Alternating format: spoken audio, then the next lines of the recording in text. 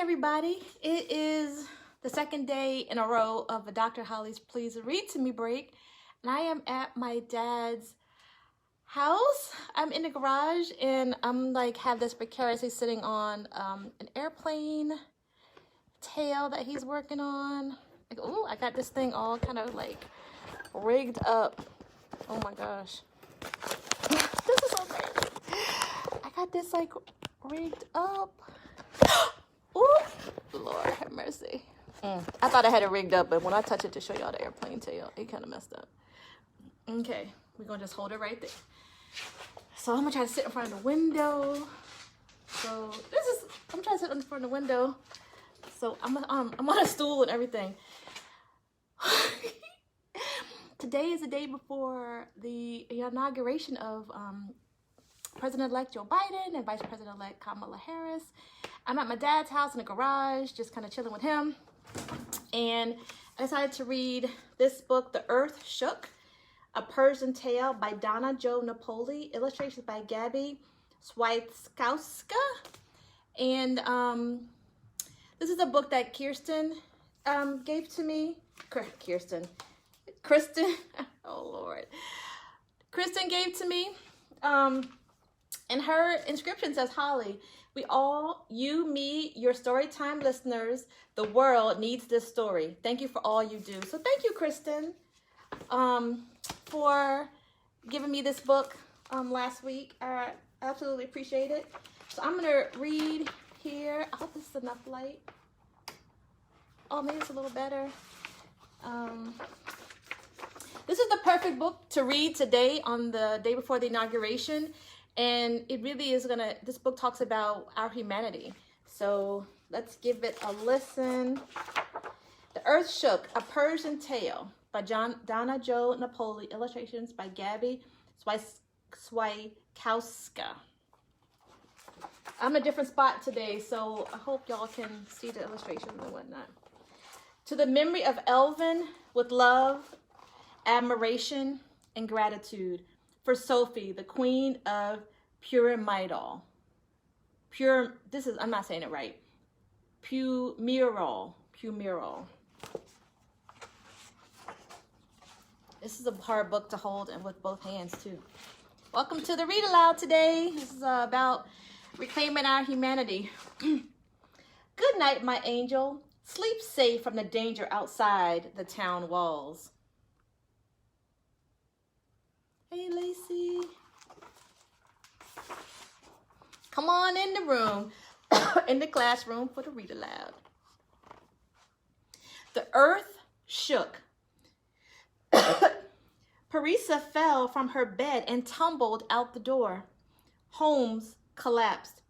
No one was left within the town walls except Parisa.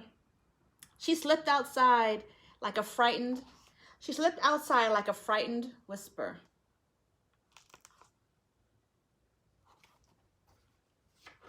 I'm gonna try to sit in front of the window so there's no glare.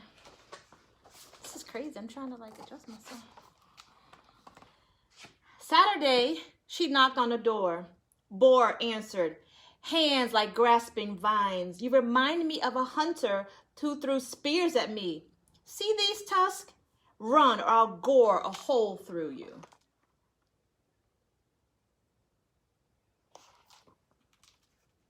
The illustrations are beautiful.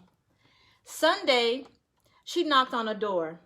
Snapping Turtle answered, pincer hands, you remind me of a scorpion who tried to sting me to death. Run or I'll drown you in the river.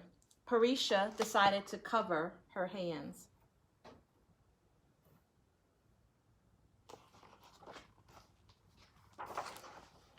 Monday, she knocked on the door.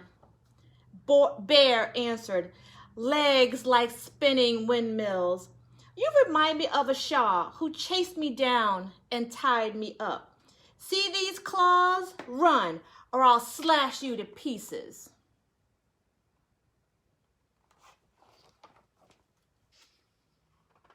There's all kind of like beautiful images in the back of the picture too.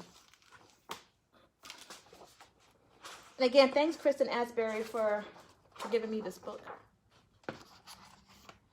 Tuesday, she knocked on the door. Owl answered, "Big hind legs, you remind me of a rabbit who hopped away and left me starving. Run or I'll rip you to shreds." Parisha decided to cover her legs. This is the Earth Shook, a Persian tale. Wednesday, she knocked on a door. Snake answered, "Eyes like milk bowls, you remind me of the shepherd's son who cut my tail. Run or I'll sink my venom into you."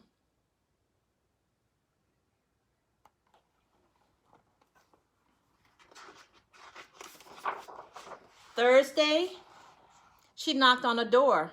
Wolf answered, "Black eyes, you remind me of a tattletale goat whose brothers I ate. Run, or I'll eat you too." Parisa decided to veil her eyes.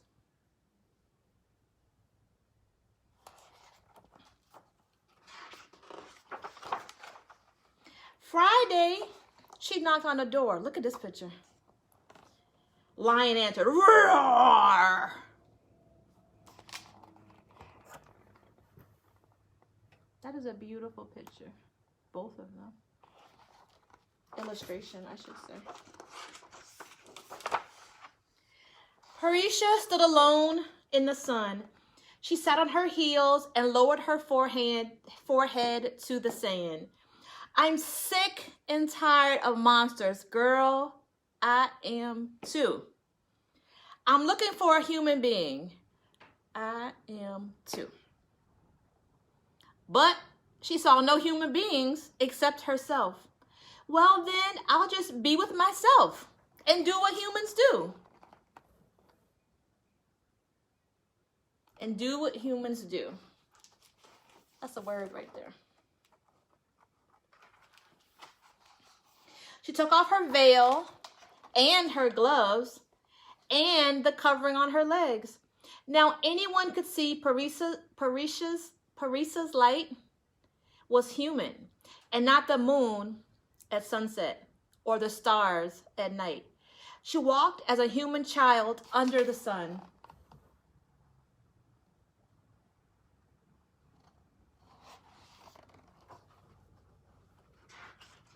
I know a young woman named Parisa, and she spells it differently, so I'm wondering about the pronunciation of this. I should have probably checked before I did that. But I'm calling her Parisa in the book.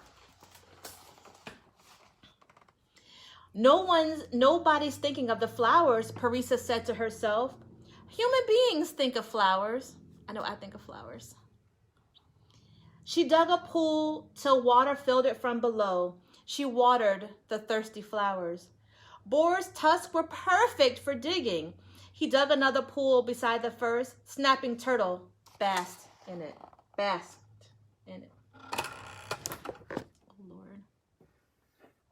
This is The Earth Shook, a Persian tale. A Persian tale. A Persian tale, not a Parisian tale. I'm sorry. I'm not even going to touch it. Yes, I am. I'm sorry. I'm at my dad's. And, oh, Lord. I'm at my dad's, and I'm trying to work with what I got.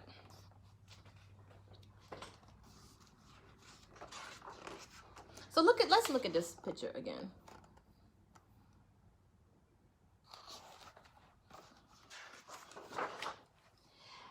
Bits of dust danced and embraced the sun.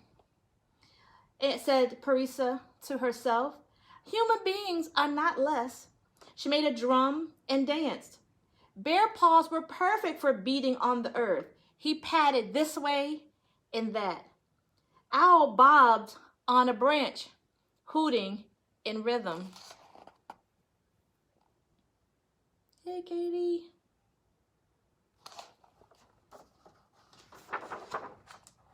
The mountaintop greets the snow. New snow with a laugh, said Parisa to herself. Human beings need to laugh. That is so true.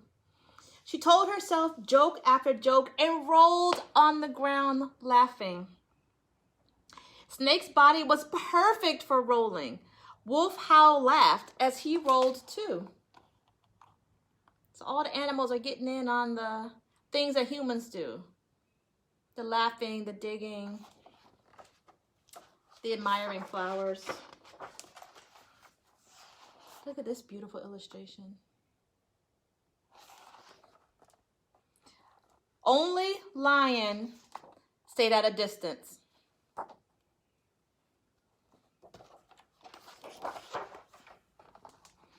Everyone eats, said Parisa to herself, and human beings cook. Parisa boiled a pot of rice. She added pistachio nuts and dried cranberries to make it fragrant and colorful. I'm so excited about adding the pistachio nuts and dried cranberries to my own rice that I couldn't even read that sentence. So I think I'm actually going to try that.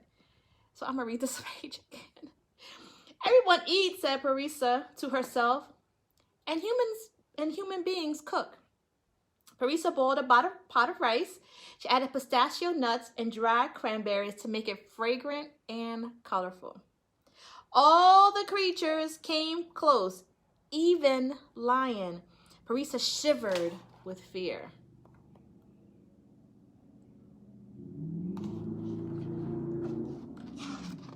I love this book. Katie, I'm going to read yours on Friday as a special treat. But she took courage from the air, from the sand, from the water, from the sun. Nothing could be found without courage after all. That's a good lesson for us. Nothing can be found without courage after all. We need a lot of courage this week, especially tomorrow, inauguration day. She put the food in a big wide bowl on the ground because human beings share. Yes, we do. And everyone ate, passing the bowl. Isn't that the most beautiful thing that you have heard today? Human beings share. Human beings share, and everyone ate, passing the bowls. Passing the bowl. That's the end of this story. The earth shook, but I'm just going to read a little bit about what the book is about because I think that's really important and interesting. It's the author's note.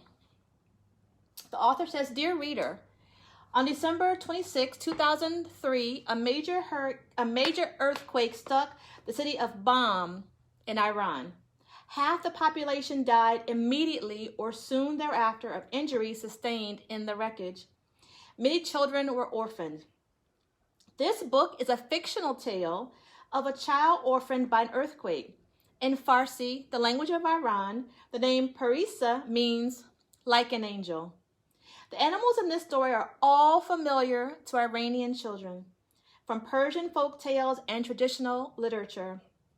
Much of what Parisa says in the story is a gentle allusion to Rumi, a 13th century Persian mystic whose poetry speaks to the modern sensibilities and piercingly as ever into Iranian poets of today.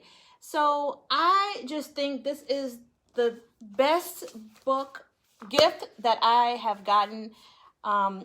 Thank you, Kristen Asbury, for this book. And this is the perfect time to read this book about human sensibilities and our oneness with animals, our oneness with nature, and our oneness with each other. So I'm so glad I have this. I'm so glad I have this in my DNA now in my cells. I ran to my car. I thought I had a Rumi book in my car, but actually I have Heifetz. It's kind of beat up. But I have this book in my book bag. Anytime you see me walking around, I always have this Heifetz book. It's another Persian poet. And the subject tonight is love. So I just love these Persian poets. And I hadn't thought about it ahead of time, but perhaps I'll read a couple of Rumi or Heifetz work. But I just wanted to draw your attention to the fact that do what humans do today, tomorrow, this week, forever, and celebrate that. Keep a book that you love in your pocketbook, in your book bag, in your back pocket, so you can use it to draw inspiration and strength whenever you're feeling a little down. All right, so thank y'all again for working with me today. Again, I'm in my dad's garage, and I was like, oh my God, I gotta read my book at 4 o'clock. So I appreciate it. Thank y'all for listening. I appreciate you. I appreciate the love that's in this book, the love in which it was given, the love in which it was shared. All right. Peace. Be safe. Be careful. Do what humans do. All that good stuff. All right, cool. See y'all later. Bye.